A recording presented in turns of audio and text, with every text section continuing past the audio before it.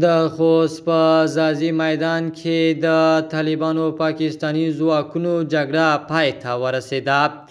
د خیبر پښتونخوا په کورمازوله کې د پولیسو یوې چارواکي وویل جګړه تیر ماخوستن 8 بجې پیل او د شپې تر 12 بجو دوام وکړ. په سلامونو مو هرکلی کوم د AFG نیوز چینل درنو لیدونکو، سلام، ستړي مشئ، وخت مو په خیر. پام مو راګرځوم د دې ساعت مهم خبر ته او په سر کې یادونه کوم ملګرو، که مو چینل نوي سبسکرایب کړی د مهمو خبرونو لپاره در سره AFG نیوز چینل په درنښت سره سبسکرایب کړئ.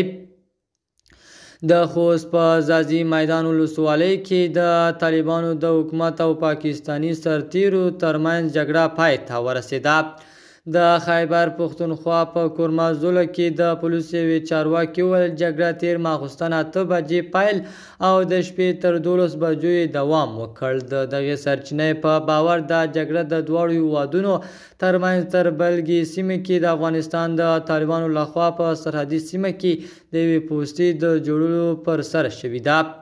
د پاکستان پولیسو دغې سرچینې چې د موضوع د حساسیت له کبله یې نوم ونه ښود، ویلي دي د دوی لوري ته 2 پولیساتي سطحې ټپیان شوي دي. د طالبانو حکومت تر اوسه پر پیښه رسمي تبصره نه ده کړې او دې خوا ته د وخت احتمالي مرګ ژوبلې معلومات لا هم نشته. د طالبانو له بیا واکمنېدو راهیسې څو ځله د دوی سرحدي ځواکونو د پاکستان له پولیسو سره په ډیورنډ کرښه باندې ډزې تبادله کړي او یو بل ته یې مرګ ژوبلې هم اړولي دي.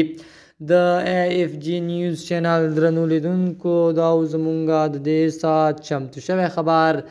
د نورو مهمو خبرونو لپاره در سره AFG نیوز چینل په درنښت سره سبسکرایب کړئ. تر بیا ښې چارې د الله په امان.